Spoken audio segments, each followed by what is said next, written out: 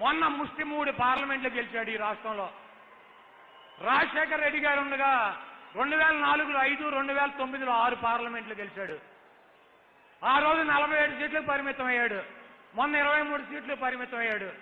ఈడెప్పుడో 1924లో నేనే ముఖ్యమంత్రి అవుతా, నేనే చేస్తా, నేనే చూస్తా, వడ్డీతో సాగిస్తా, నా గడ్డంలో బొచ్చు కూడా పేగలవు, నువ్వు ముఖ్యమంత్రి అయ్యేది లేదు, చచ్చేది లేదు.